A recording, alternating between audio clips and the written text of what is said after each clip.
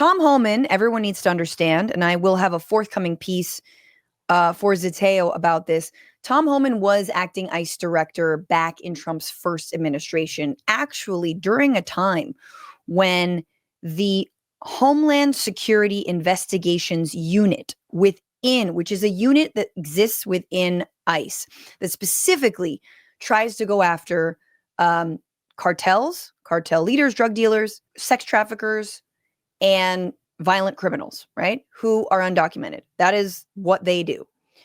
The people that Stephen Miller and the, white nationalists like Tom Homan are telling us are, everyday undocumented people who are like day laborers or tamale sellers, who've been living in this country for decades and decades and decades. So this particular unit within ICE back in 2018 asked Tom Homan, hey, yo, actually, the way that you guys are politicizing ICE is making our job of going after criminals a lot more difficult.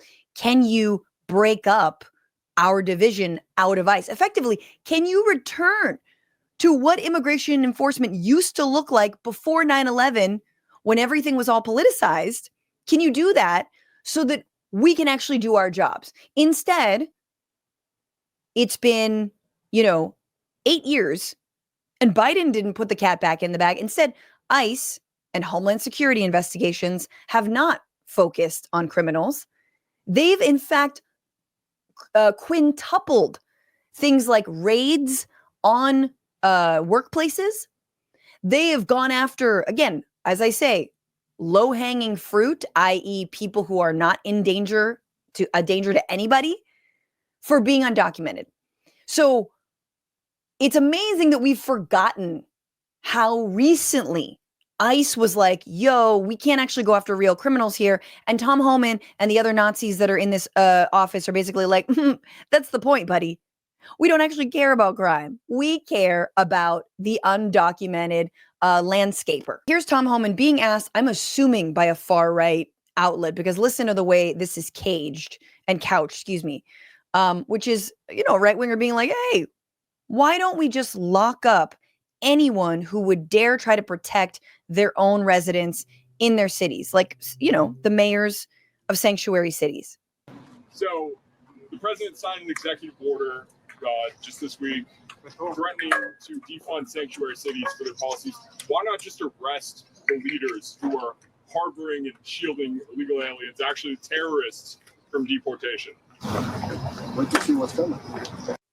Now, if you don't speak sort of inaudible bully, he just said, wait till you see what's coming. Watch it again. So the president signed an executive order just this week threatening to defund sanctuary cities for their policies.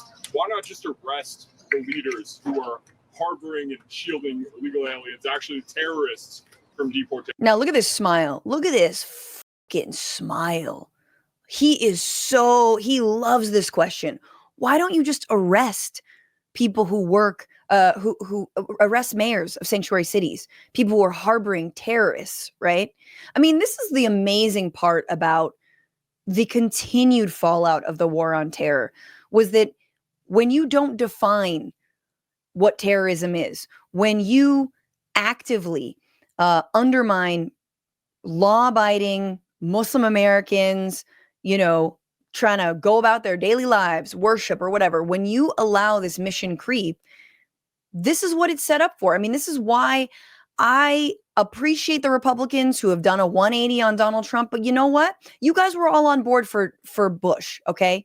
All right. You got your Nicole Wallace's on MSNBC. No. She worked in the Bush administration. You guys are all on board with the war on terror, which, how did that turn out? Anyone? Oh, yeah. Created ISIS. Cool. So the point is that we've now normalized. And of course, the word terrorism was going to get weaponized. And then this. Wait to see what's coming. Wait till you see what's coming. Why don't we just arrest mayors of sanctuary cities?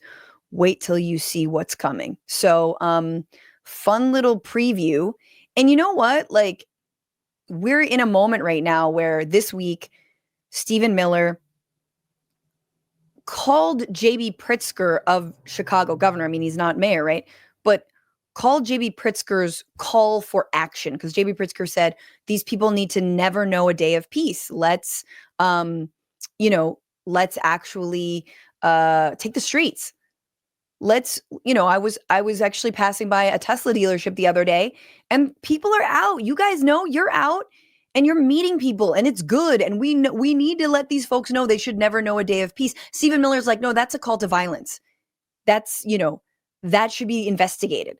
So they would love nothing more than to arrest people like JB Pritzker. And it's a very interesting moment, because then you have your Gavin Newsoms who are like, don't arrest me, come on my podcast. And then you have JB Pritzker who's like, no, we need to stand up for our people. He even said, JB Pritzker also said, you come for my people, you come through me, I believe were his actual words. So there's Tom Homan chomping at the bit to do exactly that. And I just want to juxtapose it with this other piece, this little bit of reporting that we got from Adrian Carrasquillo, who I think used to work at AJ Plus. Adrian, did you? From the Bulwark, speaking of former Republicans, which is Hakeem Jeffries, Speaker of the House for Democrats, obviously leadership, if they were in leadership, who wants to put an end to the El Salvador trips. We've done enough. Okay, look, if it can be done in a haiku or a nice little limerick, if I can use a Maya Angelou quote, then why do I need to go to El Salvador to protest the people who are being disappeared unjustly despite a 9-0 Supreme Court ruling? We're all done with that. So the House Speaker has spoken. Jeffries wants Dems to put an end to the El Salvador trips. Cory Booker and the Hispanic caucus were planning on going, but Democratic leadership seems to want El Salvador trips to stop for a while. House Minority Leader Hakeem Jeffries was asked Monday whether Democrats should continue to advocate for the return of Kilmar Abrego Garcia and the other men wrongly shipped to El Salvador by making the trip to the country to put a spotlight on the issue. Our reaction is that Donald Trump has the lowest approval rating of any president in modern history. What? I'm sorry, that's your reaction? That's your reaction. So should we work to free a man who has, 3 children, who is being treated in God knows what conditions, along with hundreds of other people, who was unjustly deported, according to both an immigration judge and the Supreme Court? Should we work to free that guy? Trump's approval ratings are terrible. So what does that even mean? This is the sort of slavery would have ended on its own. You know what I'm saying? Like, I hate to say this, but the people who are like, well, it's all going to come crashing down for Trump. How? Stop believing anyone who tells you it's going to all come crashing down for Trump, because every morning you and I wake up and we pinch ourselves wondering how we elected this criminal narcissist who tried to overturn an election using a violent mob. Like, who blackmailed a world leader, who tried to find a non-existent votes in Georgia. How? No, don't worry. He'll have to answer to God. Okay, fun. I don't want to wait for that. I want him to answer to the people now. Jeffries may be publicly agnostic on El Salvador trips like the one Reps Robert Garcia, Yasmin Ansari, who I'm trying to get on the show, Maxwell Frost, and Maxine Dexter recently took. Privately, he sees the trips as having run their course. 2 Democratic aides and a lawmaker who spoke to the Bulwark said the minority leader is discouraged further excursions to the country, even as pressure mounts within the party to turn up the heat on Trump. Bitch, your ass should go. Quote, they want to let the El Salvador stuff slow down, a senior House staffer said. Jeffries' office initially declined to comment, but after the publication of this piece, a spokesperson put out a statement calling it false.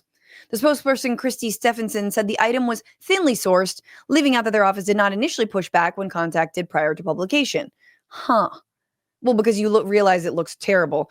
Stevenson noted that Jeffries has repeatedly said House Democrats will never stop fighting for the release of Mr. Abrego Garcia. And indeed, after the Supreme Court ruled that the White House had to facilitate Abrego Garcia's return, Jeffries demanded the order aggressively and immediately be enforced.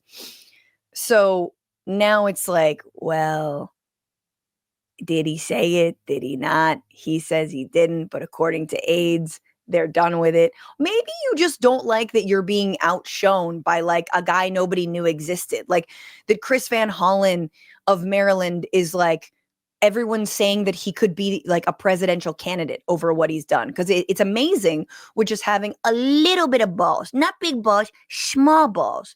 You know, just one ball. You look, you could do a lot with one ball. So like, you know, this is, we know, guys, it's politics. He's embarrassed. He doesn't want to be shown up by, you know, a man in his whatever 60s, whatever. I don't know how old Chris Van Hollen is, but we're done with that now. It's I mean, and the other thing is like saying that you're done with it is so clearly like, oh, it's a performance and we've done the performance, so we're stopping. But anyway, a little bit of a like, here's the moment. Tom Homan saying we're about to arrest Democratic leaders. I mean, effectively. Hakeem Jeffries saying we need to stop advocating for the unjust deportation of people. Like, we need to actually match the energy that is coming at us from this fascistic regime. We need to match it. What's going on, Frantifa? If you haven't already, subscribe to this channel right now. Hit that button. And also, you can become a patron and support the show every single week. Get access to bonus episodes and exclusive merchandise. Patreon.com/bitchuation room. Do